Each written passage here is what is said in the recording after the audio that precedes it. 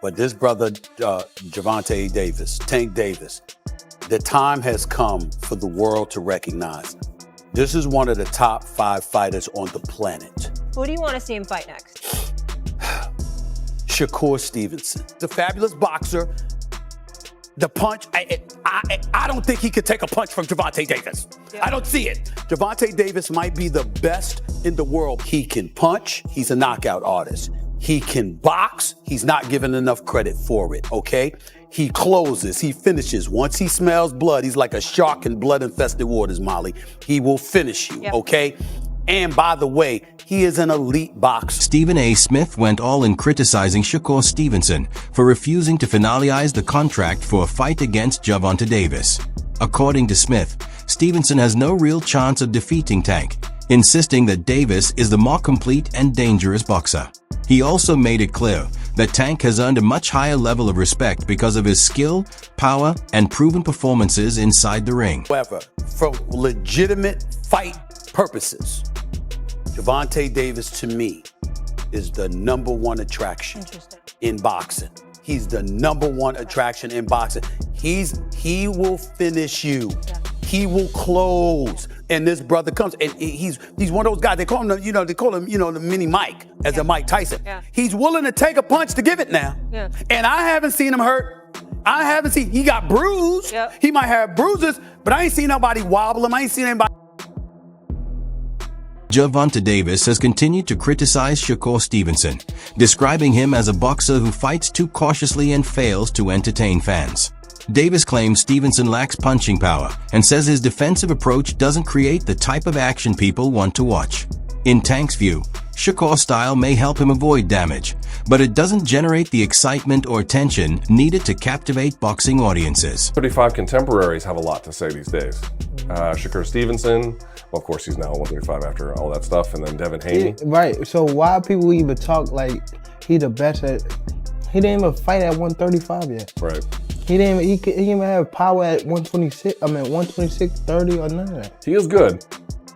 Okay. How can you, all that's just okay. Rolly Romero shared his opinion on a potential showdown between Shakur Stevenson and Gervonta Davis, saying he doesn't believe Stevenson could compete with Tank at the highest level. Romero pointed out that Shakur still hasn't defeated many top-tier or widely respected opponents, arguing that his resume lacks the major victories needed to justify comparisons with Davis.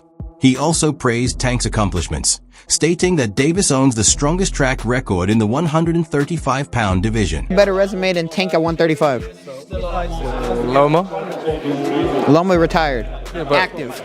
Shakur before he moved. Shakur has a better resume. At 130. Who has Shakur beat?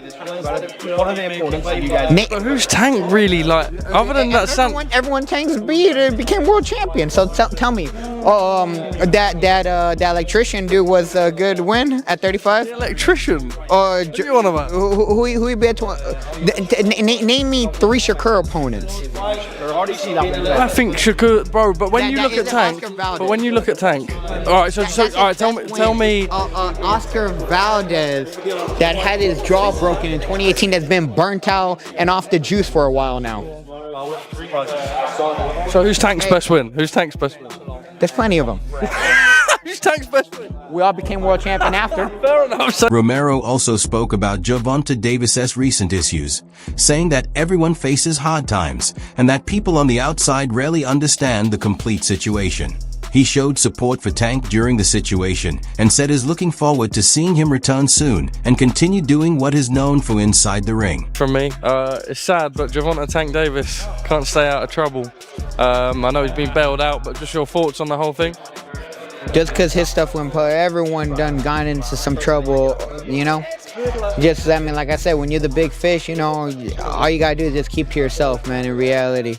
But like I said, at the end of it, we don't know what truly happened or any of that stuff. They could all say whatever, you know, there's 2 sides to every single story. Think we'll see him return? Yeah, I want to see Gervonta Davis. Bro, he's one of the most entertaining fighters in boxing. Is he still as good as, I mean, if you look at the resume, no win in 18 months, etc., is he still as good?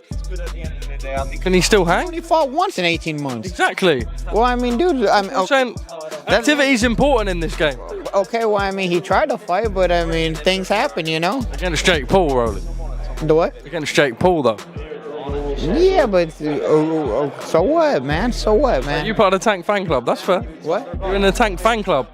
Bro, I like Tank, bro. Tank's a great fighter, bro. Dude, they all want to talk bad about Tank, but man, dude, then everyone Tank beat ended up becoming world champion later. Mike Tyson gave his strong opinion on a possible matchup between Gervonta Davis and Shakur Stevenson, saying he believes Tank is the one fighter who has the tools to defeat Shakur. Tyson highlighted Davis's devastating punching power, sharp timing, and aggressive finishing ability, explaining that those qualities could be enough to overcome Stevenson's defensive style and technical movement. Great fighter. He is a great fighter. You know, especially when he's serious about it. You know, I don't know if he's as serious as he used to be. When he was serious, he was a hell of a fighter. Nobody came close. He's the only one I gave a chance against Shakur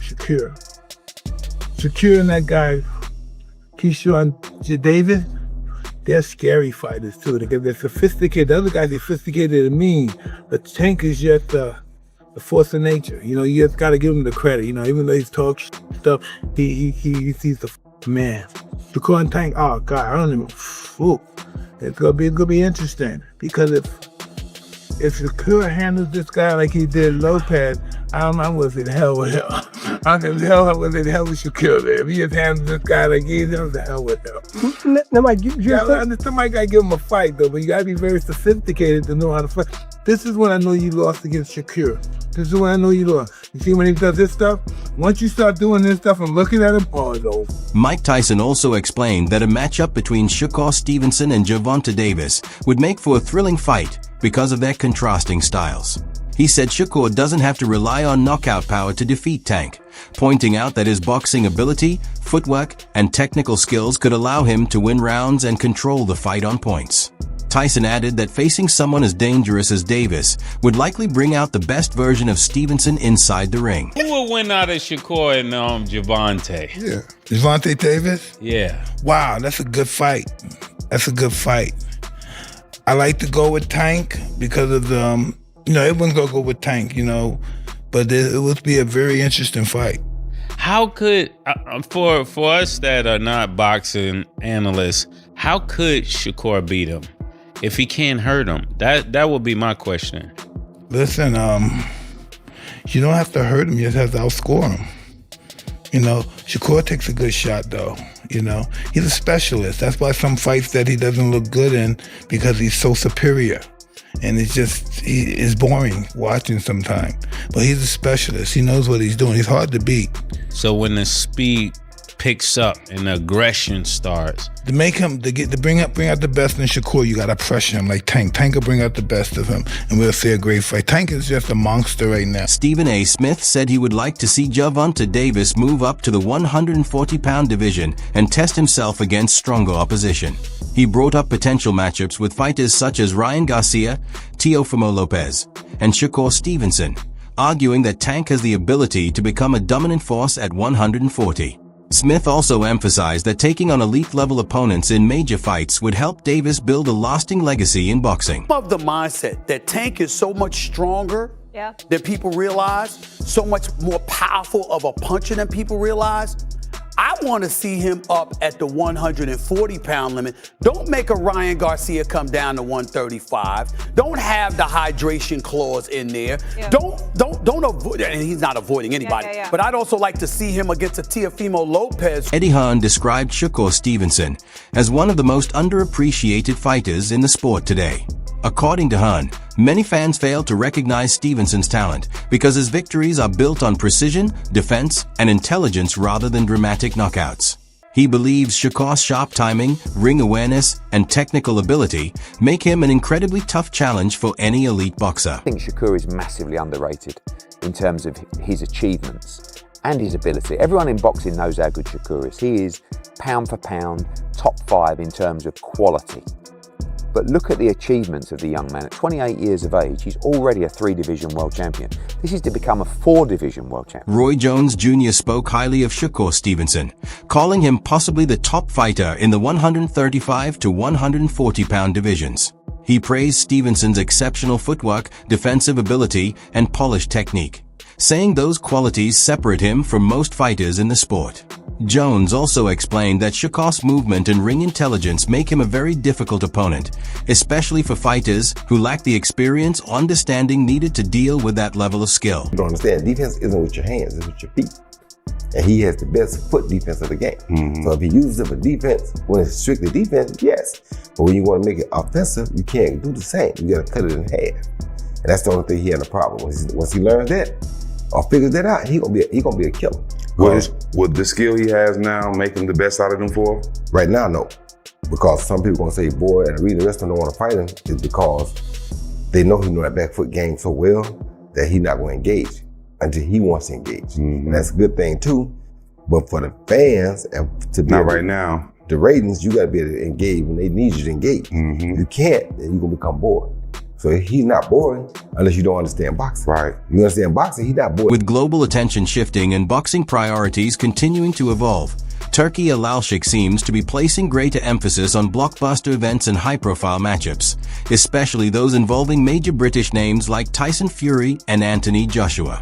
That direction could create added pressure on fighters such as Shakur Stevenson, who may no longer have the opportunity to take several lower-risk fights before stepping into the ring against top-level opponents. Zone was getting paid by Turki Alalshik and the Saudis, and then he switched over to Paramount Plus, right? And acted like he was going to do both at the same time.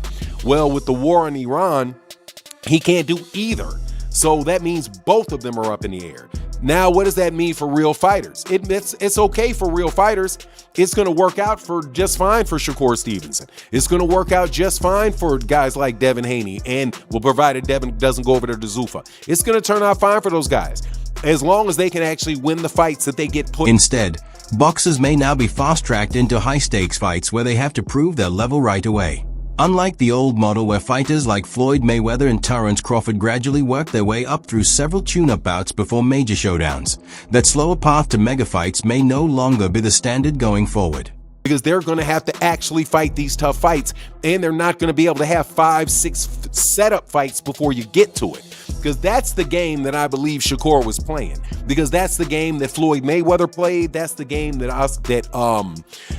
Terence Crawford played, where they would take 3, 4, 5 fights before the actual big fight that people are talking about took place. That's what happened with Floyd and Manny Pacquiao. That happened with Terence Crawford and Errol Spence. Some people, it was both Errol and Terence that did it. No, whatever. Still, if both guys did it, then both guys took several fights before that took place, right? Big fights with money, good money in them. So Shakur now can't do that. Cannot do that. Number one, Matchroom Boxing, who was really running DAZN, let's be honest. Matchroom Boxing, which runs DAZN, because Matchroom actually is owned. Matchroom USA is actually owned in part by DAZN and by Sella, who is the Turkey people. They're going to be putting their resources and their efforts into British fighters. The Tyson Fury fight that they want to make with Anthony Joshua, if they can find some way to get that done. That's what they're going to be looking for. They're not going to be looking at the fighters that they had on undercards. It's just that simple. Shakur Stevenson was fighting on undercards for these guys. Devin Haney is fighting on undercards for these guys, right? Keyshawn Davis fighting on undercards for these guys. Pretty much everybody that was at Top Rank fighting on undercards for these guys. They're not going to prioritize the undercard fight. Now, if Shakur Stevenson is aiming for the biggest fights and highest paydays, he may have to step into them sooner rather than later, potentially accepting matchups on more straightforward terms. Instead of extended negotiations or long build-ups, the path to elite-level opportunities could require him to take on top opponents earlier and prove himself in immediate, high-pressure situations. At the end of the day, the money is there for Shakur, but the money's going to be with Shakur. He's going to have to tuck his pride. James Prince is going to have to tuck his pride and go over there to the PBC, call Steven Espinoza if Al's not there anymore, and get this fight made. You know, and Shakur is somebody that could win the fight. The thing is that is going to be prohibited is that they're not going to allow Shakur to make 4 and 5, 6 different fights and get $1 million, $5 million each, run up $30 million, and then at the end, let's go for the big one. If you're going to get the big one, you're going to get the big one at a price that is a reasonable price. And then if you can win the fight, after that, you become the big dog, right? Because you're the ones with the fans. The reason that Gervonta is the fan right now is because he's got the Many analysts point out that the biggest reason this matchup still hasn't materialized is the financial side of boxing, that high-profile fights are only finalized when the post-split and overall business structure work for both camps. Promoters, broadcasters, and fighters all have to agree on terms that ensure the event generates enough revenue for everyone involved. Because of this, money becomes the key factor behind making major fights happen. If the numbers don't satisfy both sides, the bout doesn't get approved, no matter how much public interest or hype surrounds the fighters. This is the boxing business. You get fighters, they go back and forth on Twitter, and they be like, let's fight. You got to put the business in between that, because fighters will be fighting all the time just because they're arguing back and forth. But the business got to make sense. So it's always about the bag. So that's why I feel like Turk Al-Sheikh come in, because he'll say, hey, here go the money, get these fights to happen. That's why I can't believe that Bud have to move up 2 weight classes to fight Canelo, and David Benavidez was right there at 168 comfortably. That's why the business of boxing took over. But I respect Shakur for actually saying he want the fight. Where is he at in the 6 fight deal? And where is he at in the 6 fight deal? Is his 3rd fight or something like that with Tank? It's a good question. It's early. It might be 2 or 3 fights in. You sure you're not freestyling? Shakur Stevenson expressed strong confidence going into a potential showdown, saying he fully believes he would come out victorious. He described the matchup as a true best against best scenario, where 2 elite fighters would collide to determine who is superior in skill, timing, and ring intelligence. Stevenson made it clear that he welcomes the challenge, viewing it as a defining moment in his career that would test him against top-tier opposition. He added that fights like this are exactly what fans want to see, with both athletes operating at the highest level, and said he is ready to prove why he belongs among boxing's very best. At the end of the day, you and Tank is a fight that should happen. It absolutely should happen, and I believe it will. I mean, you guys are both in charge of your career. I think it's a good style matchup. Like you said, the networks are out of the way. The promoters are out of the way. He's flexible, you're flexible. I don't see why it wouldn't happen. It's the best versus the best. Absolutely right. Let's make the best fight in boxing. And when you guys meet, how does that fight play out? Man, I ain't gonna give you no game plan. You think I'm going to jump on the phone with Tank right after? No, I would tell you this. I'm going to come out victorious. Okay. Yeah. That's what I stand by. Okay. That's what you got to say. You're supposed to say that, No, right? It ain't what I'm supposed to say. It's what I know. Sean Porter shared his breakdown of a potential clash between Gervonta Davis and Shakur Stevenson, saying that Tank's knockout power alone would not be enough to simply bulldoze his way past Shakur. He compared the stylistic contrast to Deontay Wilder versus Tyson Fury, explaining that high-level skill, defense, and ring generalship can often cancel out raw punching. Porter emphasized that Stevenson's movement, timing, and boxing IQ make him exceptionally hard to catch cleanly, forcing opponents to adjust and think rather than trade aggressively. While acknowledging Davis as a dangerous explosive puncher, he argued that Shakur's technical control could allow him to dictate the pace, accumulate rounds, and frustrate power-based fighters over a full 12-round fight. In Porter's view, discipline, strategy, and ring intelligence often outweigh single-shot knockout ability in elite matchups, which is why he believes Stevenson has a genuine chance to outbox even the most dangerous punchers in the sport. When he come across Shakur Stevenson, I'm going to say it here on the front page, and Tank, I love you, brother, and still would love to talk to you. 100. But when you get in there with Shakur, it's going to remind me of Deontay Wilder fighting Tyson Fury. Ooh. Yeah. Because what you gonna do when you come across a motherfucker you can't knock out? Yeah. Only thing you gonna do is just get more frustrated. That's a terrible analogy. I'm just saying. Only reason why I'm saying it's a terrible analogy is because Tank Davis. Remember, you've heard Coach Cal say this all the time. He says it's the same thing, and I know exactly what he means. We just waiting on somebody to pull it out of him. You ever hear him say that? Yeah, yeah. We got so much. It's just we ain't been able to show it because we ain't been able to show it because ain't nobody been able to pull it out of him. We looking forward to the big fights. We looking forward to the big matchups because those are the kind of people that's gonna pull it out of him. So with a fight with Shakur, you're gonna see this boxing style that you don't usually get from Tank. Shakur Stevenson said a potential showdown between himself and Gervonta Davis has grown beyond just a boxing match because of the rivalry, history, and anticipation surrounding it. He explained that the matchup feels almost unavoidable at this stage, adding that it is difficult to even discuss the fight without expecting it to eventually happen. Stevenson believes both fighters are at the top of the division and possess elite-level ability, which makes a meeting between them feel inevitable. In his opinion, blockbuster fights like this only fail to happen when one fighter falls short of that level or experiences a major setback along the way, though he also gave credit to Davis' overall skill set, making it clear that Tank should not be viewed as only a power puncher.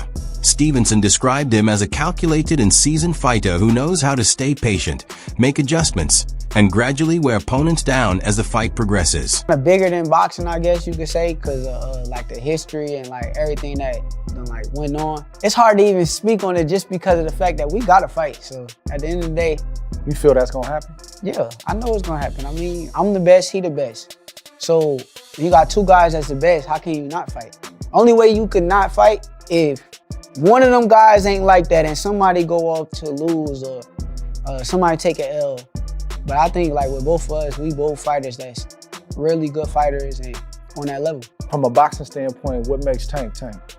We see the power, but it's gotta be more than that. Nah, he's strategic. He's setting guys up. He been boxing since a little kid, just like I've been boxing since a little kid. And you can tell like with the experience. Even with his last fight with Frank Martin, you can see Frank Martin was more so an amateur. Like the experience he got is not on the level of like Tank, and he just took off with experience. He let him waste his energy, gassed him out, and then round 8, okay, it's time to go home. When would you like to see that fight happen? Whenever. I think that I'm ready for it, he ready for it, we both in our primes. It can happen next, it can happen next year, it can happen whenever he say, let's. Steven Espinoza reflected on several major fights that nearly came together during Gervonta Davis' career, but ultimately failed to reach the finish line.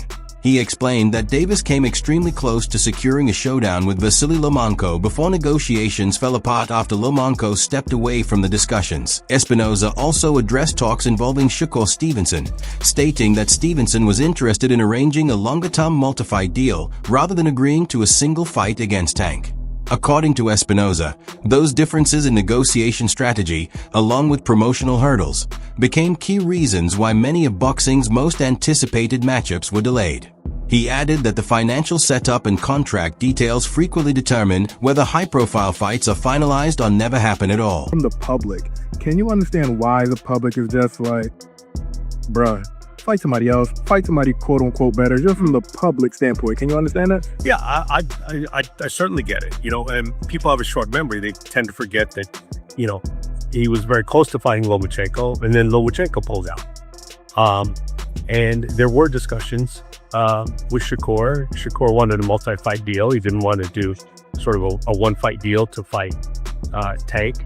So, you know, that doesn't happen. Now, we could revisit Shakur in the future. What are your thoughts on the ongoing situation between Shakur Stevenson and Gervonta Davis?